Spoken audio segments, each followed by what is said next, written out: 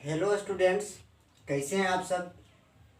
तो आज हम लेकर आए हैं बहुत ही इम्पोर्टेंट और मज़ेदार टॉपिक।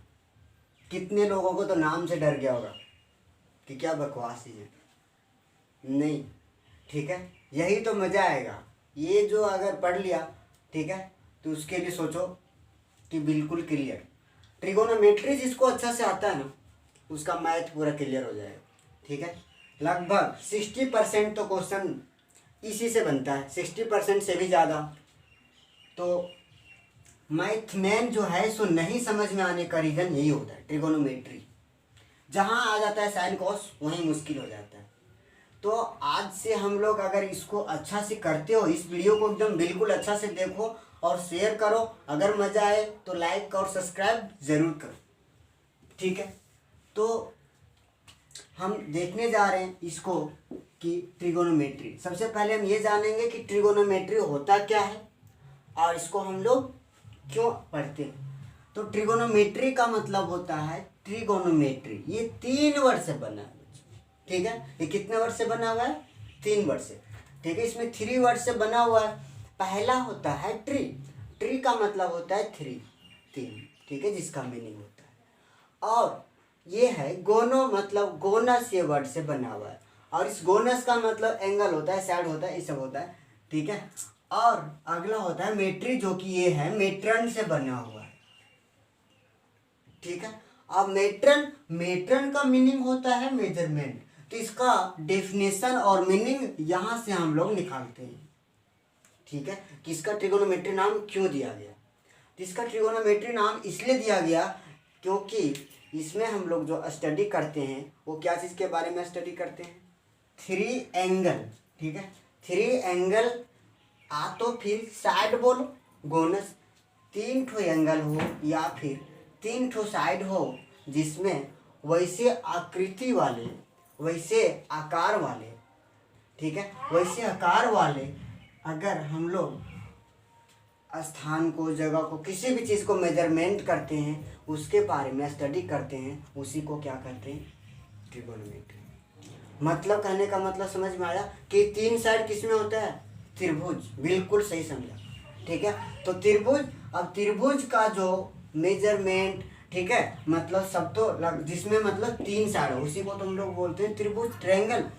तो ट्रायंगल के मेजरमेंट के बारे में स्टडी जो करते हैं वही होता है मेरा ट्रिगोनोमेट्री।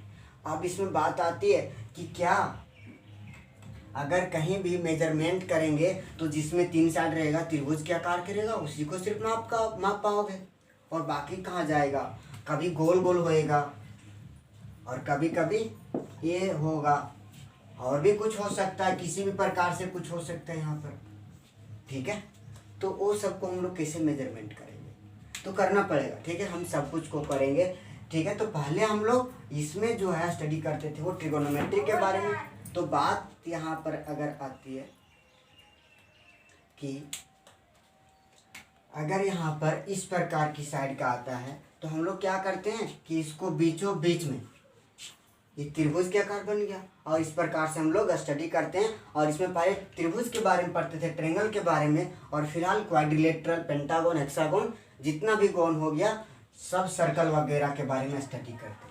ठीक है, बट इसका नाम ट्रिगोनोमेट्री है। इसका मतलब ये है कि 3 साइड वाले, ठीक है, जिसमें 3 साइड हो, उस प्रकार के आकृति वाले को हम जिसके स्टडी करते हैं, उसी को हम लोग ट्रिगोनोमेट्री करते हैं। तो ये हम समझा रहे थे, ट्रिगोनोमेट्री का डिफिनेशन लिखा नहीं रहे थे कि एकदम एक्यूरेट डिफिनेशन क्या हो। एक्यूरेट डिफिनेशन अगर देखना है तो जा करके पढ़ो, रटो। वो ज़रूरी नहीं है कि हमको डेफिनेशन आता है या नहीं आता है। डेफिनेशन से यहाँ पे कोई मतलब नहीं होता है मेरा। ठीक है, तो अब हम लोग यहाँ पर क्या करने जा रहे हैं कि अब ट्रिगोनोमेट्री ये था, ये समझ गया। अब ट्रिगोनोमेट्री के अंदर जो सबसे इम्पोर्टेंट चीज़ होता है, जो बच्चे को समझ में नहीं आता है कभी, ठीक है, उसको हम समझाने जा रहे हैं। अगर वीडियो को कम्प्लीटली अच्छा से देखते हो, मेरा सारा इंट्रो पार्ट और सारे फॉर्मूले को मैं रटने कभी नहीं बोलता, खुद मैं नहीं रट पाता, तो तुमको क्यों रटने बोलूँगा भाई? ठीक है, इसलिए मैं रटने से मना करता हूँ। मैं तरीके जो बता रहा हूँ वो तरीके करो, फिर देखो कितना मज़ा आएगा पढ़ने में। मैथ को कभी नहीं भूल पाओगे। ठीक है, तो अब देखो क्या है कि देयर आर 3 ट्रिगोनोमेट्रिक फंक्शन या फिर रेशियो। इतना तो लिखा है, कितने लोग कमेंट कर देगा ये क्या पागल वाली है, ठीक है, कि 3 थोड़ी ना होती है, 6 मैंने पढ़ा है, बिल्कुल पढ़ा है, ठीक है, 3 नहीं होती है, 6 होती है, ठीक है। मैं बताने जा रहा हूँ सब कुछ कि क्यों लिखा है 3, ठीक है। मात्र इसमें हम जैसे पढ़ा रहा हूँ उसी प्रकार से आप कोशिश करो, ठीक है। टोटल यहाँ पर 6 तो होती है, बट यहाँ पर जो है ना सो मेन मुख्य रूप से 3 होता है, मुख्य रूप से 3 था, ये पहले तीनों आया था, अब बाकी 3 कहाँ गया, ठीक है। तो कोई पूछता है कि टोटल ट्रिगोनोमेट्रिक फंक्शन कितना होता है, तो ऐसे बोल सकते हो 6, ठीक है। अगर कोई बोलेगा कि तो आप तो लिखे भाई 3, तो हम 3 क्यों नहीं बोलेंगे, तो उसको थोड़ा लंबा बताना पड़ेगा कि हाँ भाई 3 होता है और 3 उसके अपोजिट, टोटल तो 6 हो गया ना, बात बराबर की है, ठीक है। इसमें कोई कंफ्यूजन वाली बात नहीं है, इसलिए मैंने यहाँ पर 3 लिखा है, बट यहाँ पर 6 लिखो या 3 लिखो कोई बात नहीं, ठीक है। हम 3 और लिखने जा रहे हैं, ठीक है। तो देखो हम यहाँ पर 3 मेन लिखे, ठीक है, जिसको फंडामेंटल कह सकते हो, ठीक है। एक्चुअली यहाँ पर हम नहीं लिखे फंडामेंटल तो गलत है, ठीक है, बट यहाँ पर हम डिटेल में ये बता दे रहे हैं, ठीक है, लिखे हुए पे मत जाना है। तो देखो उसको हम क्या बोल रहे हैं, अगर 3 बोलते हैं तो बोलना पड़ेगा कि 3 उसका अपोजिट भी होता है, हाँ। तो देखो ये 3 है, इसका नाम होता है साइन थीटा, SINE थीटा, और ये थीटा का मतलब समझो कि थीटा के जगह कभी कभी एक्स रहेगा, वाई रहेगा, जेड रहेगा, अल्फा रहेगा, बीटा रहेगा, गामा रहेगा, 30 डिग्री रहेगा, 60 डिग्री रहेगा, 50 डिग्री रहेगा, 7 रेडियन रहेगा, समथिंग समथिंग बहुत समथिंग रह सकता है, ठीक है। ये वीडियो जो है सो सबके लिए 11th 9th 10th, ठीक है, जितना शुरुआत से देखो बहुत अच्छी कॉन्सेप्ट मैं इसमें देने वाला हूँ, हर वीडियो को इसको देखते रहना है, ठीक है। अब देखो तो यहाँ पर मैंने लिख रखा है कि साइन थीटा, तो इस चीज़ को समझो, बहुत बच्चे तो ऐसे लिख देते हैं साइन, हाँ, यहाँ पर थीटा देना पड़ेगा, अगर थीटा नहीं देते हो तो बिल्कुल वो गलत माना जाएगा। इसकी ज़िंदगी जो चलती है इस साइन का, वो किसके आधार पे चलती है, इस थीटा, ये थीटा का मतलब होता है एंगल, ठीक है। ये तभी जिएगा साइन जब इसके पास कुछ एंगल होएगा, मतलब ये तभी जी सकता है, नहीं तो इसका कुछ और मीनिंग आ जाएगा। मतलब अगर साइन लिखता है तो यहाँ पर तुम 5 डिग्री लिखना पड़ेगा, ठीक है। अगर साइन एक्स है कहीं तो साइन एक्स लिखना पड़ेगा, अगर सिर्फ साइन लिख दिया और एक्स नहीं लिखा तो बिल्कुल गलत कर दिया, ठीक है, उसको गलत माना जाएगा। इसके साथ ये तभी जिएगा जब इसके साथ कुछ एंगल में रहेगा। इस बात को समझ में आ रहा है बिल्कुल। देखो तो इसका नाम हमने ऐसे लिख रखा है, ठीक है, इस चीज को समझे आप, SINE, हाँ, पहले इसको हम लोग ऐसे था, ये पुराने जमाने में इसको SINE बोलते थे, मतलब इसको पहले बड़ा नाम था, अब इसको शॉर्ट कर दिया गया, जैसे बच्चे होता है उसका बड़ा नाम रखा जाता है भाई, ठीक है, तो उसको हम लोग तो शॉर्ट में बोलते हैं, ठीक है। तो देखो इसको ये नाम है, अब इसको हम लोग बोलते हैं SIN, से ई को हटा दिया और साइन थीटा, और दूसरा है कोसाइन थीटा, और इसको भी शॉर्ट में अब हम लोग बोलते हैं इसको कॉस थीटा, और ये टेंजेंट थीटा, और ये टेंजेंट को हम लोग शॉर्ट में बोलते हैं टेन थीटा, ठीक है। अब इसका जो अपोजिट, ठीक है, इसका अपोजिट कौन कौन होने वाले हैं, अब ये साइन थीटा है और इसका अपोजिट कौन सा है, कोसेक थीटा, जिसका नाम कोसेकेंट थीटा है, इसका नाम कोसेकेंट थीटा है, और इसको हम लोग शॉर्ट में बोलते हैं कोसेक थीटा। मैं हर चीज को बताने जा रहा हूँ, कोई भी कहीं भी आ जाए तो कभी भी दिक्कत नहीं होने वाला है। अगर कोसेकेंट थीटा कहीं कहीं लिखा हुआ मिल जाता है गलती से तो कभी भी कंफ्यूज नहीं करने वाले, मैं वैसा बताने की कोशिश कर रहा हूँ, कोई भी टॉपिक को यहाँ पर छोड़ने वाला नहीं। तो देखो अगला क्या है, कोस थीटा का अपोजिट, कॉस थीटा का अपोजिट है सेकेंड थीटा, इसका बिल्कुल पुराने जमाने का नाम, ठीक है, इसका लंबा वाले नाम, और इसको शॉर्ट में क्या बोलते हैं, सेक थीटा। अब ये टेंजेंट थीटा, टेन थीटा, इसका अपोजिट होता है को टेंजेंट थीटा, ठीक है, को टेंजेंट थीटा। अगर स्पेलिंग कहीं मिस्टेक हो जाए तो मैं सॉरी बोलता हूँ, ठीक है, आप ध्यान मत देना स्पेलिंग पर भाई, क्योंकि ये स्पेलिंग मेरा मिस्टेक होता है। चलो इसको शॉर्ट में क्या बोलते हैं, कॉट थीटा। हो गया। इसका मतलब कि साइन थीटा किसका अपोजिट, कोसेक का, कॉस थीटा सेक का अपोजिट, और सेक कॉस का। ऐसा भी ध्यान देना कि ये इसका उल्टा है कि ये भी इसका उल्टा होगा ना, बिल्कुल होगा। ठीक है, कि अगर हमसे किसी का दुश्मनी है तो उसका मतलब उसका भी दुश्मनी होगा, तभी तो।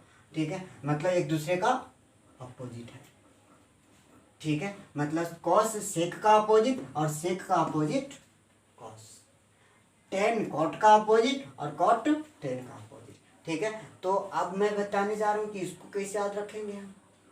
हाँ बिल्कुल, इस तरह से लिख लिख कर याद रखो, रटो मत वरना भूल जाओगे।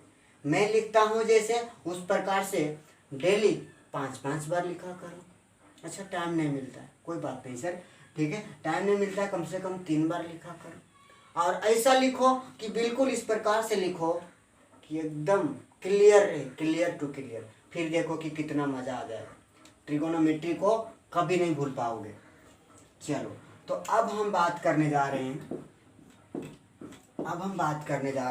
ठीक है, कि थोड़ा सा इसमें ट्रायंगल के बारे में, शॉर्ट में ट्रायंगल के बारे में। ट्रायंगल को कुछ तो पढ़ रखा होगा भाई।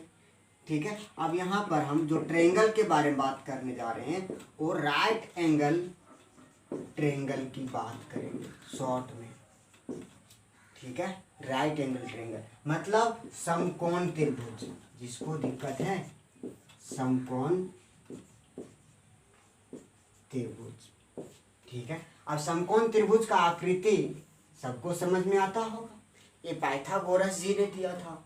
ठीक है, कुछ बताया था पाइथागोरस ने, क्या बताया था, बोला था कि भाई एक ट्रायंगल हो जिसका एक कोण 90 डिग्री हो, तो सबसे पहली बात ये बात सबको समझ में आता है कि उस वैसे ट्रायंगल को हम लोग समकोण त्रिभुज कहते हैं, राइट एंगल ट्रायंगल कहते हैं। ये तो कहाँ से पढ़ रहे हो, 3, 4, 5 से ही बच्चे लोग को रटाया जाता है। बच्चे ऐसे राइट एंगल ट्रायंगल होते हैं अगर एक एंगल 90 डिग्री का हो तो। ठीक है, और अगर ऑल एंगल्स अगर 90 डिग्री से कम हो तो उसको क्या बोलते हैं, एक्यूट एंगल ट्रायंगल। ये सब तो आता होगा। ठीक है, और नहीं आता है तो कोई बात नहीं भाई, हम थोड़ा थोड़ा यहाँ पर बताते जा रहे हैं जो अपना कॉन्सेप्ट है उसको। तो चलो अब समकोण त्रिभुज में हमको जो ये दिया था पाइथागोरस जी ने, वो क्या दिया था, ये पहले सबको जानता था कि इसको हम लोग क्या बोलते हैं, हाइपोटेनियस। इसको बोलते हैं हाइपोटेनियस, इसको एच से डिनोट करते हैं, हिंदी में इसको बोलते हैं कर्ण। हाइपोटेनियस किसको बोलेंगे राइट एंगल ट्रायंगल में, उसको बोलेंगे, देखो ना, जो मतलब कि वैसा वो वाला साइड, इसमें 3 साइड है ना, 3 साइड है, इसे भी समझ लो कि जो 90 डिग्री को छू नहीं रहा होगा, वो साइड जो 90 डिग्री को नहीं छू रहा होगा कहीं भी। तो देखो ना यहाँ पर ऐसे। दूसरी चीज को कि जो सबसे बड़ा होता है होगा ना, ये कॉर्नर में है क्रॉस। हाँ ठीक है, जो सबसे बड़ा होगा उसको हम लोग हाइपोटेनियस बोलेंगे। ठीक है, कर्ण बोलेंगे। और परपेंडिकुलर और बेस, ठीक है, इससे कोई फर्क नहीं पड़ता बेस कौन होगा, परपेंडिकुलर, ये दोनों कभी कभी चेंज होते रहेगा। ये इसका चेंज होने का हम बता देंगे कि कौन कब होगा, परपेंडिकुलर कौन बेस। फिलहाल हम इसको परपेंडिकुलर बोलते हैं, परपेंडिकुलर, जिसको हिंदी में बोलते हैं लंब। इसको P से डिनोट करते हैं। समझ में आता है? अब आगे, ठीक है, ये परपेंडिकुलर हो गया और ये हो गया बेस। ठीक है, ये हो गया बेस, जिसको हिंदी में क्या बोलते हैं, आधार। ठीक है, और इसको हम लोग B से डिनोट करते हैं। ठीक है, अब देखो, तो इतना चीज आद होने के बाद उसके बाद आता है मेरा कौन, पाइथागोरस। और पाइथागोरस का थ्योरम तो पढ़ा होगा 10th क्लास में, बिल्कुल सबसे आसान। सर तो बोलता था कि रट लो भाई, एग्जाम में आ जाएगा पक्का 100%। ठीक है, तो उस चीज को रट के रखा होगा। तो वहां पर क्या बताया था पाइथागोरस ने, उस चीज को भी हम बता देते।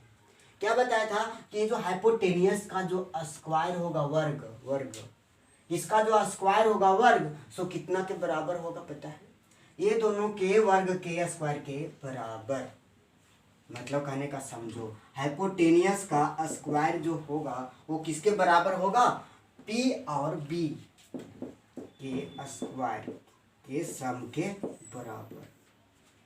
इस चीज को समझो, यहाँ पर ये बहुत ही इम्पोर्टेंट चीज है, यही तो है मेन।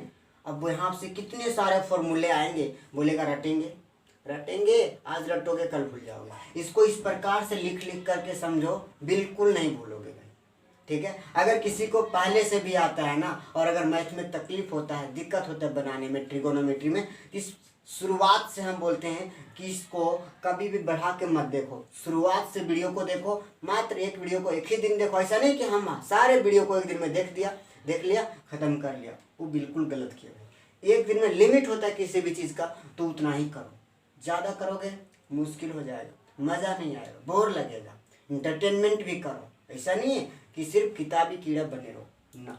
तो चलो ठीक है, यहाँ पर हम क्या करने वाले हैं कि हाइपोटेनियस का स्क्वायर जो होता है, ये जो बड़ा वाला, उसका स्क्वायर किसके बराबर होता है, बाकी दोनों के स्क्वायर को जोड़ने के बाद जो आएगा उसका वैल्यू के बराबर। समझ में आता है मेरी बात।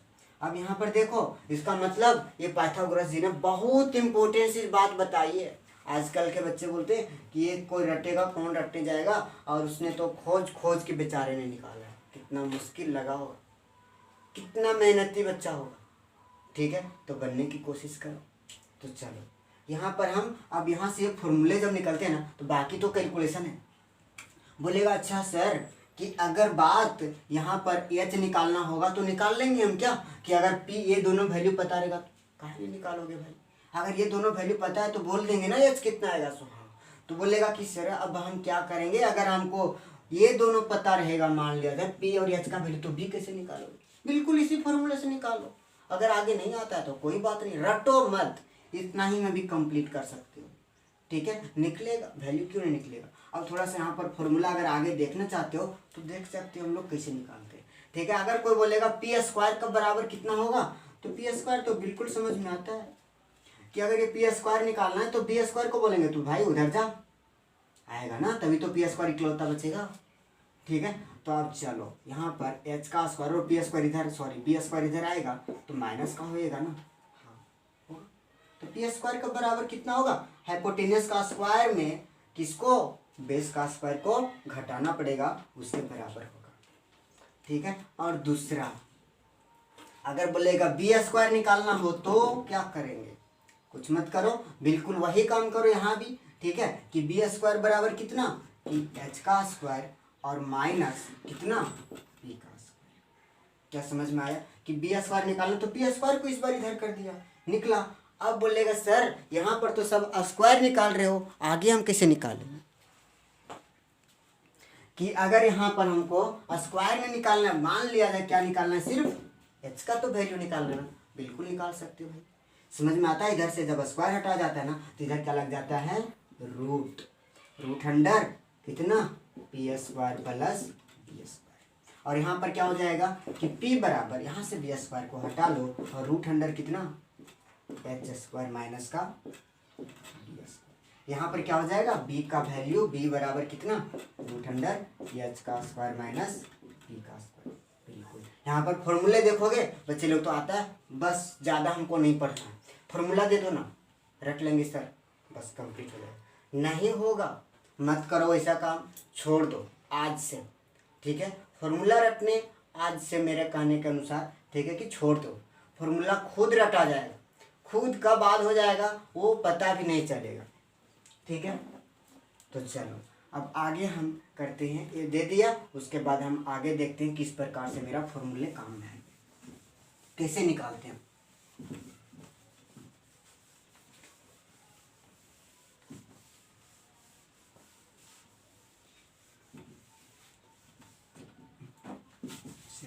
पहला मैंने क्या बताया भाई,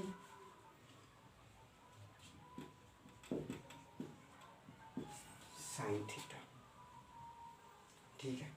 अब साइन थीटा, यहाँ से हम कुछ फॉर्मूले अब निकालने की कोशिश करते हैं। अच्छा अभी मैंने बताया था याद रखने के लिए, क्या याद रखने के लिए बताया था, कम से कम इसको लिखो 2-2 बार 3-3 बार, ठीक है। कि साइन थीटा किसका अपोजिट होता है, कोसेक का, ठीक है, साइन थीटा किसका अपोजिट कोसेक का, इसलिए इसको लिखते हैं साइन थीटा बराबर 1 कोसेक थीटा। हो गया, एक फॉर्मूला बनाइए। इसी चीज़ को बच्चे रटते हैं। भाई क्यों रटोगे, इसको दिमाग में तो हाँ आया था कि कौन किसका अपोजिट होता है, तो साइन थीटा बराबर 1 कोसेक, साइन इसका अपोजिट होता है ना, इसीलिए। अब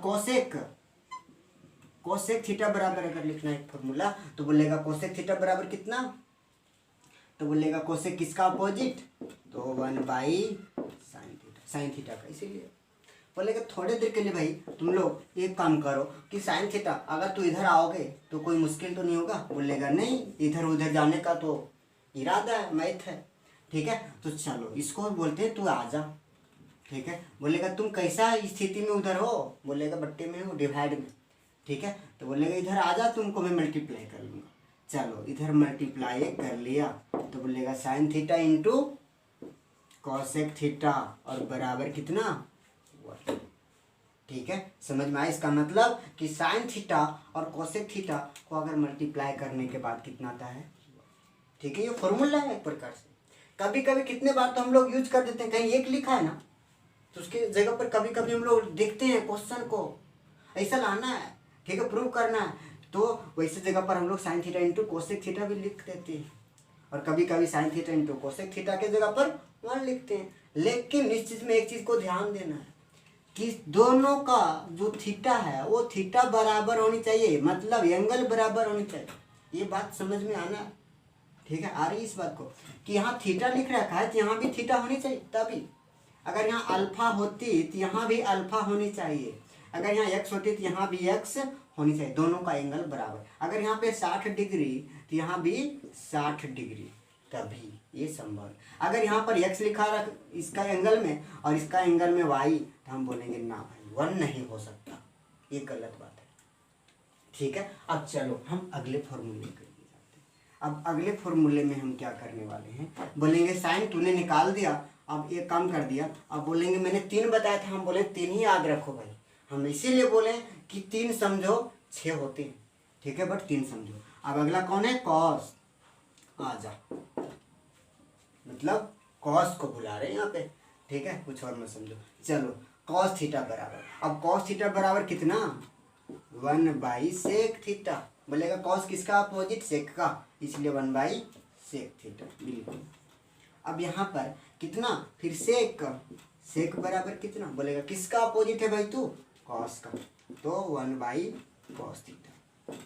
ठीक है, अब हो गया। अब फिर से हम वही काम करना चाहते हैं यहाँ पर कि कॉस को बोलते तू इधर आ जाएगा क्या, बोलेगा बिल्कुल आ जाऊंगा। तो फिर क्या करना है हमको, cos theta into sec theta बराबर हो गया, कंप्लीट। अब देखो अब आगे क्या है, ठीक है, यहाँ भी बिल्कुल इसी के जैसा 6 निकाला, 6 फॉर्मूला निकला कि नहीं।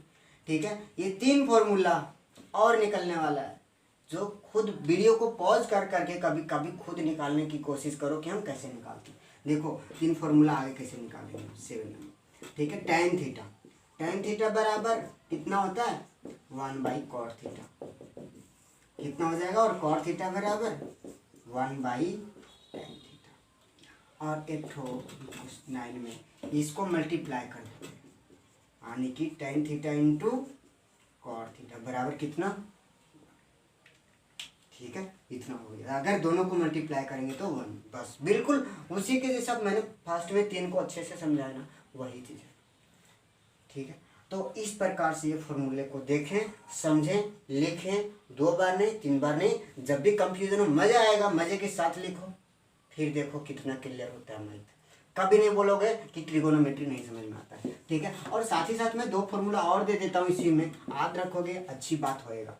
ठीक है, tan थीटा, अब यहाँ पर tan थीटा बराबर होता है sin theta by cos theta, और 11 में cot थीटा बराबर होता है cos theta by sin theta, क्योंकि अपोजिट होता है ना, tan बराबर sin बाई cos, तो cot बराबर क्या उल्टा होएगा ना, cos बाई sin। ये सारी चीज़ इसके साथ में 11 ठो यहाँ फॉर्मूला दिया। मेरा उम्मीद है कि आप इसको पहली बार लिख रहे हो, अगर क्लास 10 का स्टूडेंट है तो उसको तो ज़्यादा लिखना पड़ेगा। ठीक है, वो कुछ ज़्यादा लिखो मेरे अनुसार।